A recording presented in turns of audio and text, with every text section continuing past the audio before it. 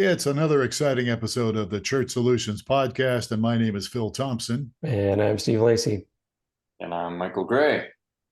Michael, where you been? We haven't seen you in I've years. just been busy doing other stuff. Sometimes got to do some other things, and I don't get to join you guys. I know. You're very busy. You're a very busy man doing some worthwhile stuff. All right, so we are in episode 396 today of our podcast, and Steve, we have a webinar coming up. And what is this webinar about? And when is it? And why should I care? This is a test, right? I know the topic is new technology to reach your seniors, and it is September 12th. Is that right? Yes, sir. All right. 12 noon, And 12 noon, September 12th. 12 And noon it's- Eastern, yes. Yeah. And let's not leave out 9 a.m. Eastern. Pacific. And then, and this is actually, we're working with a company called ViewClicks, and they have got some exciting new product that will help churches, help seniors be able to watch church services, and is very, very little, if anything, that the senior has to do, because one of the biggest issues, right, is setting this stuff up. And I'm a senior now too. I know that shocks a lot of people, but yeah, but it's hard sometimes. Like, what do I do here? Turn here. What does this mean if I click this? So they've eliminated a lot of that stuff, and it's just a great tool for seniors. So where can people go to sign up for this wonderful webinar? They can go to webinar.streamingchurch.tv. All right, and you sign up for it, reserve a seat. And you'll like it. It'll be a lot of fun. We're interviewing Dennis. What's Dennis's last name? Dennis Rank on it. One of the co-founders of the company, and you'll like it. And it's a good way to reach seniors. So you can learn more about that September 12th. All right. So what are we going to talk about today, guys? AI. AI. There's this awkward silence. AI. I've compiled 10 common questions that people have about AI. From the very basic, like what the heck is AI, to, well, what are the different types of AI, to, are there some ethical implications to this whole thing with AI? What are they? What are there risks involved in AI? Things like that. Is this going to be something that can be used for good, the good of Christianity, the good of humans, the good of mankind? How does AI impact us? I mean, is it the security purposes and privacy, all that stuff? And so we got a bunch of questions here, which we're going to try to answer. I don't know how far we're going to get here, but we're going to at least start answering some of these questions that you have. And so let's just jump right into it. And we have an AI expert here with us here. His name is Steve Lacy, because we're using AI with streamingchurch.tv, and we like it. So, Steve, what is AI? What does it stand for? And I mean, well, first I need to define expert, right? Expert is anyone that doesn't live in the same town from you that will come and tell you what time it is. So, or in my case, in the What time is context it? of artificial intelligence, the AI stands for absolute idiot, because I know very little.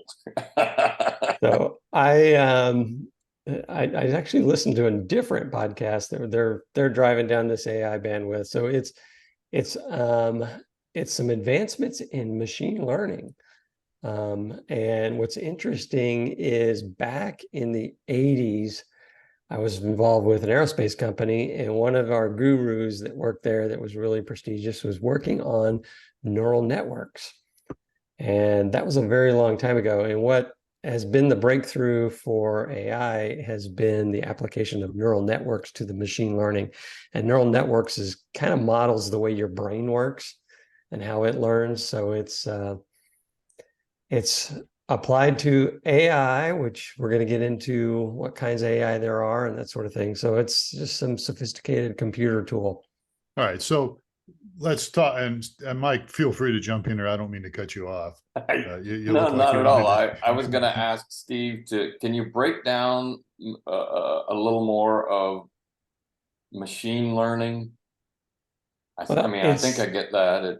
It's just, I mean, actually, Amazon, AWS has a big thing teaching people how to do machine learning.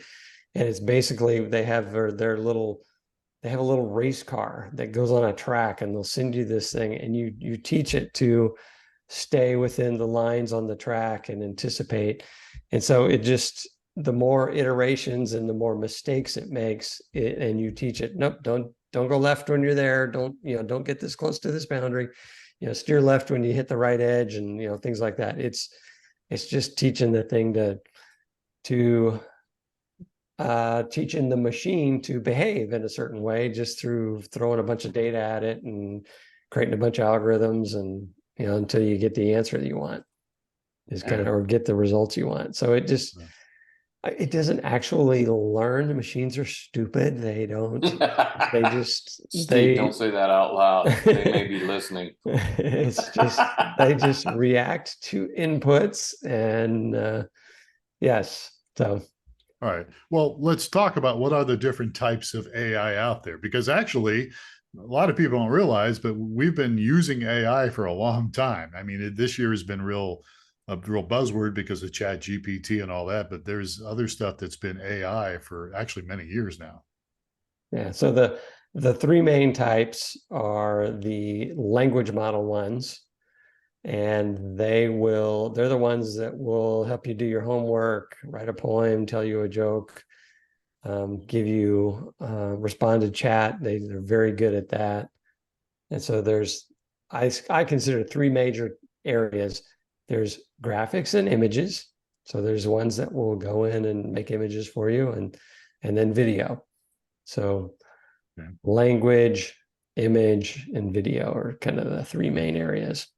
But you've got other things out there that use AI, like what? Like the self-driving cars. When you put that under AI? I don't know. I don't know if I would or not, but I mean, it's typical of the machine that, the building this little race car that'll stay on your little toy racetrack. That's taken that to the extreme, where I got LiDAR and radar and images, and I see somebody walk out in front of me, I know what to do. So, but I've read that AI can also be used for things like, they're using it now in the medical field for medical diagnosis, right? Yes. They're using it even, I think, in the area of fraud detection, is what I've seen. So, I mean, there's a lot of little things. I guess it crosses. It's not just a black and white deal, right? I mean, there's bits of and pieces of AI involved in a lot of our everyday life. I mean, even what, Alexa? I mean, Alexa has, I mean, I don't know if I'd call it AI, but there's an AI part of Alexa, right? I mean, it's we're getting into, what qualifies as AI and what doesn't. But okay, all right. But it's machine learning, right? So I don't know. I'm not sure if she would qualify, because she's just really just a search engine. It's just taking voice and converting it to text, and then doing a query, and then getting the query result, and then translating it back to voice again. It's kind of like Google, like, hey Google, what's the temperature? Something like that, right? Yeah. So it's just like typing it into the search engine, except it knows, it transcribes from Google was talking there. Sorry. From the voice to text, and does searches, and then gets a result and translates the text back to voice. All right.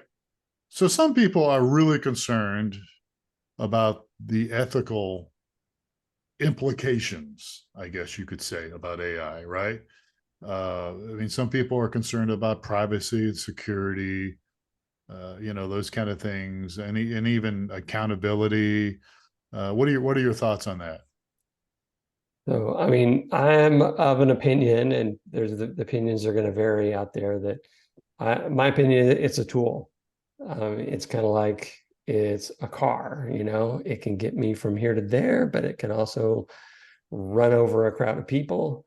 And it's, so it can be very effective, and it can be dangerous if it's used improperly.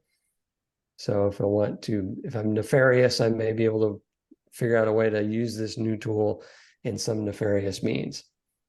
Well, and then also there, that brings up another point, because again, some people are talking about the risk of AI, and like there's a term out there called explainability. I think it is, like, how does AI work? How do you explain how it works? And even some experts aren't totally on the same page about how the system makes its decisions the way it does make its decisions. And how do we moderate that? How do we make sure that AI doesn't, if AI is running your car, how do we make sure that it doesn't decide, hey, I'm going to run these people over? I mean, those are questions that people have that you can't just dismiss them. Yeah, it's like a classic example is teaching AI to recognize a cat. And so you give it a bunch of pictures and you say, that's a cat, that's a cat, that's a cat. That's not a cat, that's a cat. That's, you go through and the person training it could, teach it wrong and think that a mountain lion is a cat. Maybe it is a cat. I don't know. It is a cat. It's just a really big cat. Yeah, it's just a big cat. It's a cat that will eat you. Yeah. So as they train the AI tools to, be able to recognize a cat, there's the people that trained it, if they have certain biases or leanings, then the resulting tool will kind of reflect that. Yeah, they could easily slip in some dogs and say this is a cat, and then suddenly you're like, wait a minute, no, it isn't. Yeah. So I hear you saying, Steve, it all goes back to training. How are you training? And to me, that's why it clicks. Like you said, it's a tool that, if set up properly, will give you some really great results in a fast, quick, time frame, and a quality response. This is a cat. And it's not showing us dogs, because the training is what made it what it is. Right, exactly. No, but my understanding is, okay, that's fine if you have one person training it. But my understanding is that, at least in some of these AI deals that are out there, and there's multiple companies now, right? I mean, we talk a lot about ChatGPT, but there's other companies, Bard's out there, what we were just talking about earlier, Michael. Claude. There's a bunch of them out there. And now maybe I'm totally wrong on this, but I'm hearing that on some of these AIs, they're gathering information from all over the place. So it's not like Steve Lacy is training this ChatGPT. Right. Yeah. But there's other people training it, and there's other information out there. So, I mean, is there some kind of safety and control that we can have over this? I mean, it's a tool, and you want to use it wisely. So, but there's other people using it. It's not, you want to use it wisely. I want to use it wisely. I think Michael wants to use it wisely, but and I know I'm putting you on the spot here, and I know you don't have all the answers, but I'm throwing it because these are questions that people have. These are legitimate questions. And so, that's one of the things about, how can we ensure that this AI stuff is safe and that it's not going to pose a threat to humans? And again, by the way, I'm very positive on AI. But I'm throwing out this other, we don't have somebody on this podcast right now that would give you the other, side of the coin. And not that I'm trying to be negative, but there are legitimate questions about this. Sure. Yeah. The biggest fear, I think, is completely unfounded, in that it's going to, that they portray in the movies. I have this robot and it decides it needs to live without me. And, so it's going to remove mankind. And I think this thing is it's just a dumb tool, right? It doesn't have emotions. It doesn't have a will. It doesn't have desires. It doesn't have passions, that sort of thing. So it's just a machine that I feed an input, gives me an output. We were just at a conference, and it was funny as we talked to people about one of our new tools, or a couple of our new tools. the different responses that people had. People, you could see it on their face immediately. They went AI, and they were like a little frightened. Oh, AI. And I flash back, and I think every time a new wave of technology has rolled out, especially the church is like, no, not that.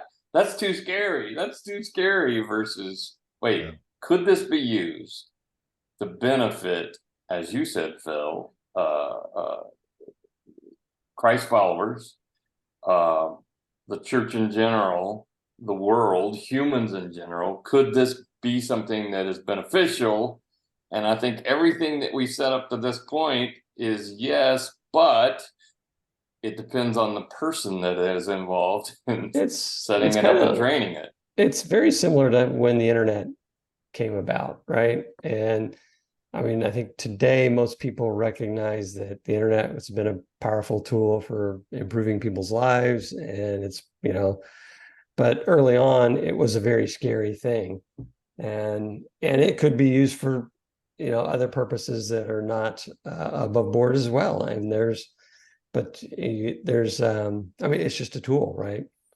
You want to prevent the unlawful activity on the internet, but you don't want to take the internet away. You don't want to say, well, we can't do that, and we have to turn the internet off because somebody used it in an improper manner. I mean, it's a tool, and AI is, I think, going to be the exact same thing. So it's just a tool.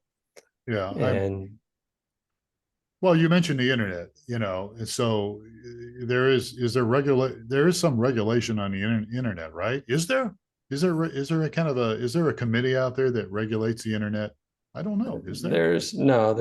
There's bodies that register domains and administer technology improvements, moving HTML from HTML4 to 5 to whatever. But I mean, there's the dark web, which I have no experience in. I don't know if any of you guys do, but no. It's dark to me. Yeah, well, I'm older than all you guys, and I remember like when fire came out, right? Everybody was afraid that it was going to cause a problem. Fire, it was going to burn down our houses, our caves.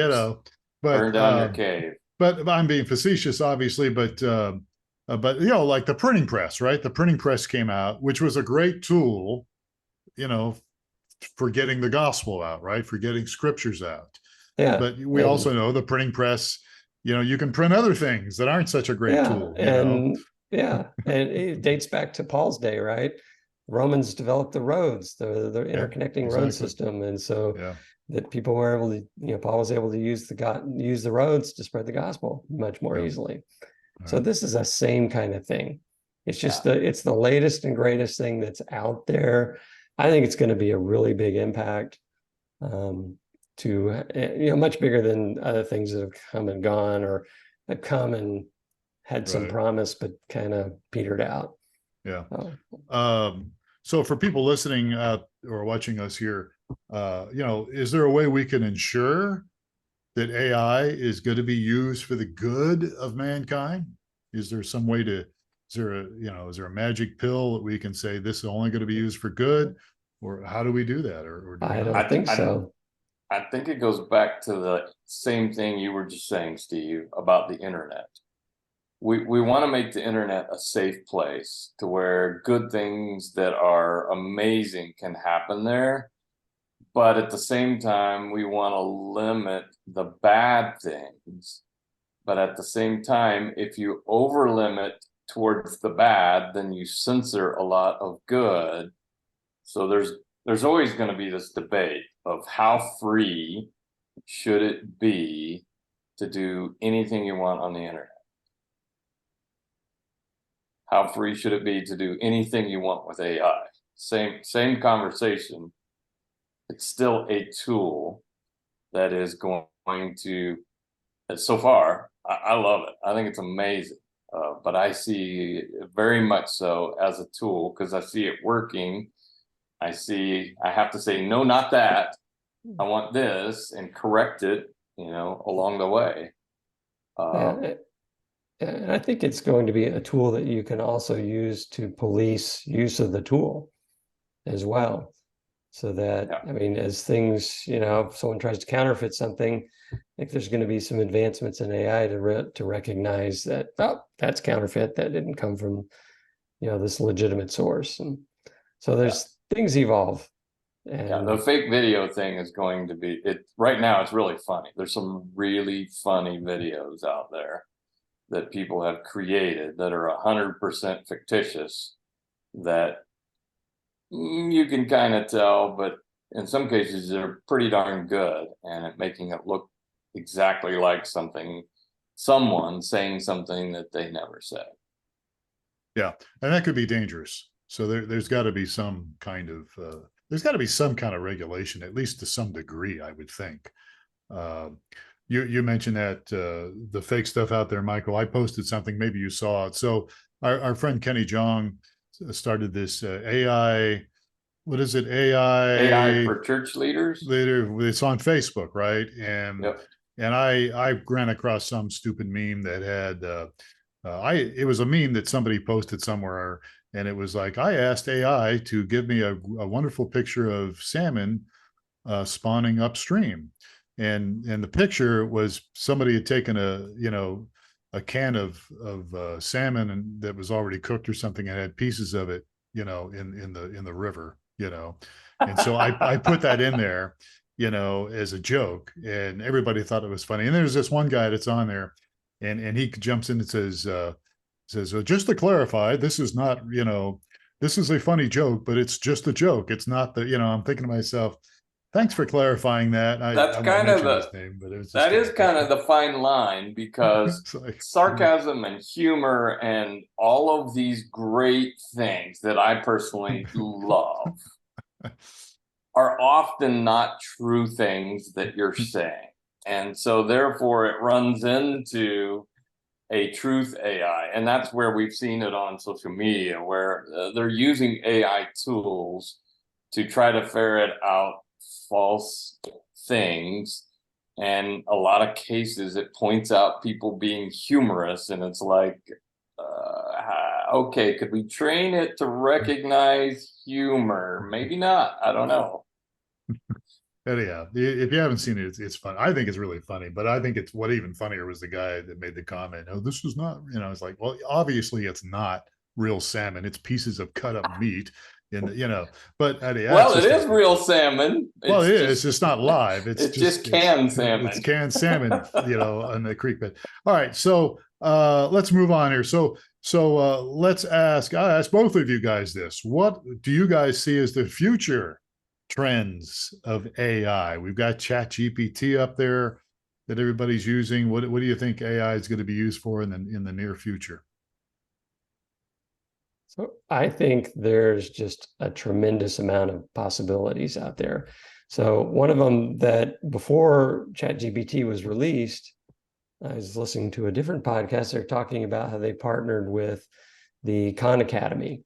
It was the guys I can't remember his name is Khan. I don't remember his first name, but he started tutoring his nephew or niece on the internet, created a bunch of lessons.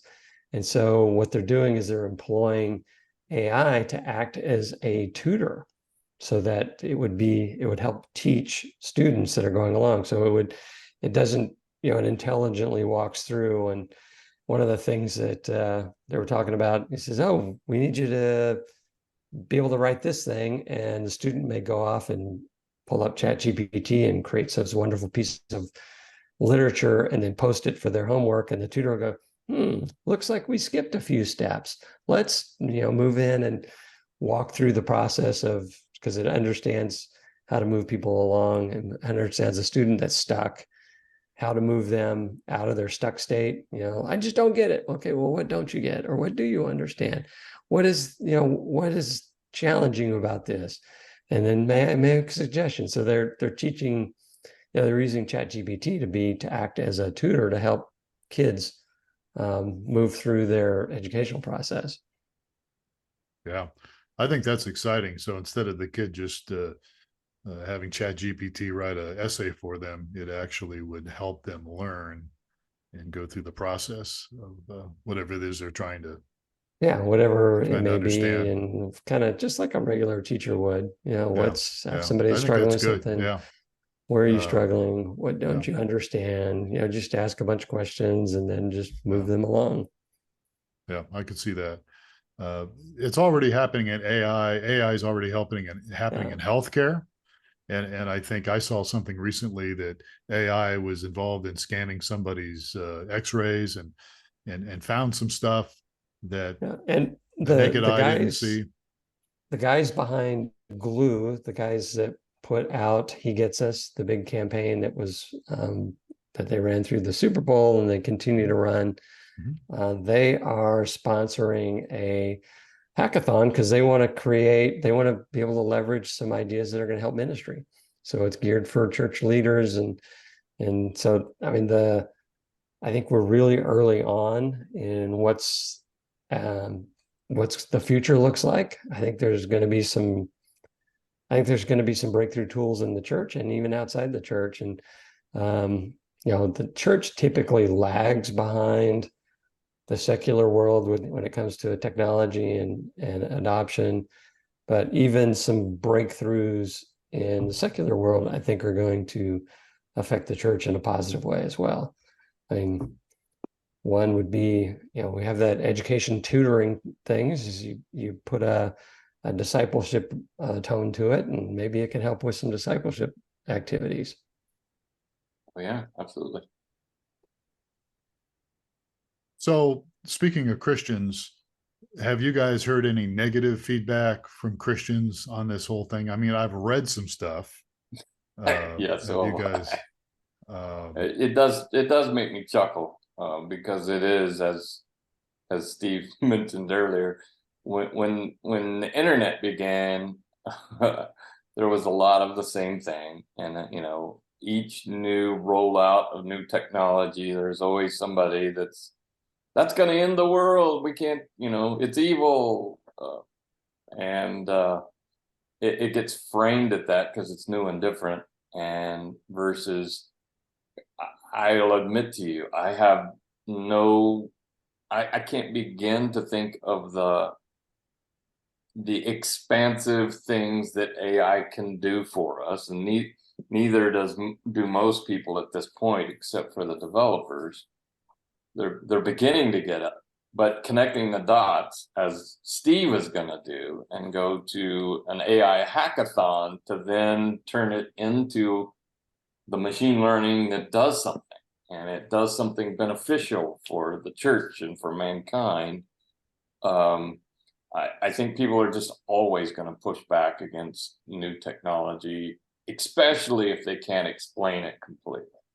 Yeah, I think a lot of it is, oh, I heard that, I Yes. heard this, and they don't have any firsthand knowledge with, experimenting with it. And so that leads to a lot of fear, as fear of the unknown. But once you play with it and understand how it works, you start to realize, well, wow, that might help me put my sermons together better. That might, there might be some opportunities for me to be more effective with my church community by employing this tool. let me read you something I found on the internet about how AI is affecting maybe some Christian beliefs. AI is raising a number of questions about Christian beliefs. For example, some Christians are concerned that AI could lead to loss of faith. Somebody just interrupted me there. Who was that? And as people become increasingly reliant on AI systems to make decisions and answer questions, others are concerned that AI could be used to create artificial beings that are indistinguishable, easy for you to say, from humans, raising questions about the nature of personhood and the soul. Any rebuttal to that? I think Go, Steve. I think it's kind of reaching out there, and it's easy to come up with, someone says, but and when it gets down to it, it's just a tool. And so it's just another tool. We have concordances with our Bible, which is another tool. We have different translations of the Bible, which was just another tool. It's just another tool that's going to be powerful in how we reach people and how you interact. So whether it can, I don't think it's going to be where it is taking over society and is dehumanizing everyone. I mean, it's just a tool. Yeah. I mean, All right. we have got robot vacuums in my house, it's just a tool. It's not, 30, 40 years ago, we might have thought, oh my gosh, you've got a robot in your house. It's going to light it on fire when you're away, or, Yeah, but you've told me when I've been talking to you at times that you know that it knows when you're having a conversation and it comes in and invades and disrupts our conversation. You've told me that that robot knows that Roomba or whatever that thing is called, the shark or whatever, it knows. So there's something going on here. Yes, it does have a knack to want to be wherever I am when it's doing its thing. But all right, we're out of time here. Okay. Oh. But yeah, and look, we ought to, full disclosure here. I mean, we have AI working with us now. We have ChatGPT for our streamingchurch.tv video chat platform that you can engage if you're one of our customers. You want to try it, you can use it in our video chat platform, and you can. We always recommend you have a human involved, because it does hallucinate at times, or at least the other one did. Maybe this one doesn't. We've updated it. And then we also have the sermon clipper, which is also a part of the AI deal, where it will actually take your messages and can literally cut them up into clips, video clips, and can create transcripts, and can actually be a great tool if you want to use it for social media or for posting short clips. Yep. So we Bill, have that stuff. Yeah. Can I jump?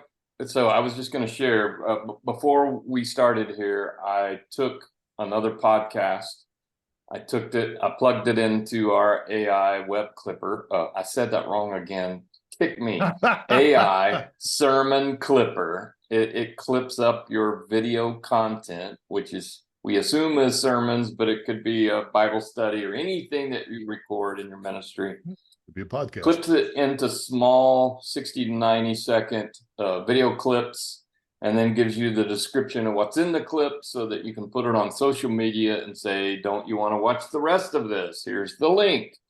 So I did that, but then it also gave me the full transcript, and I took that transcript and I took that over to Claude, which is another version of a different ChatGPT.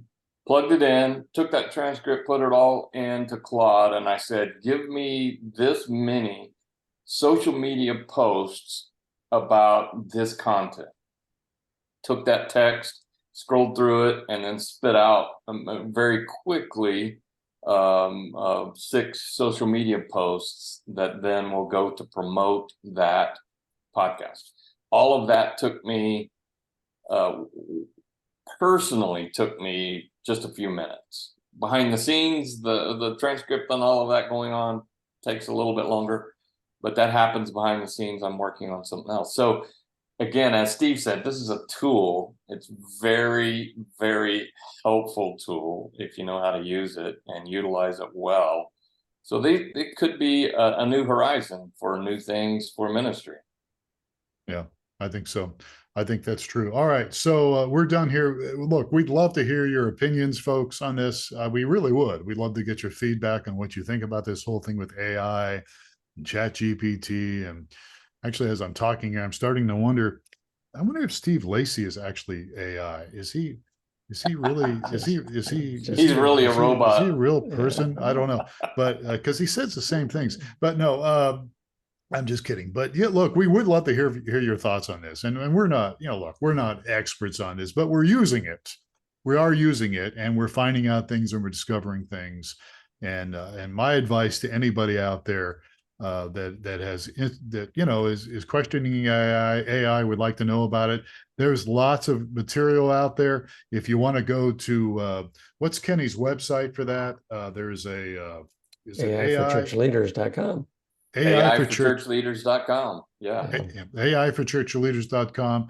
I mean, really, I would really encourage everybody to educate yourself, Go to other Yes. sources. You don't have to go to us or go to that place. You can go to Yes. other sources, take a look, educate yourself, and then engage in some dialogue with people, and then be proactive. Try it. Just give it a shot. You can download Chat GPT on your mobile phone, and so there's lots of things you can do to experiment with it and give it a shot and see what you think. So, all right, we're done here. We're way out of time, but I think this was, somewhat interesting.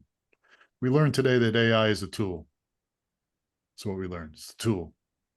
It's When, a tool. when we put this in the sermon clipper, that word tool will come up It's gonna be, as long as it 195 doesn't times, say you're a tool, and then I guess we're okay. which it will for me. All right, guys, thank you so much, and You bet. and thank you, folks, for tolerating us today. And please take care of yourselves and each other, and catch us again on another episode of the Church Solutions Podcast.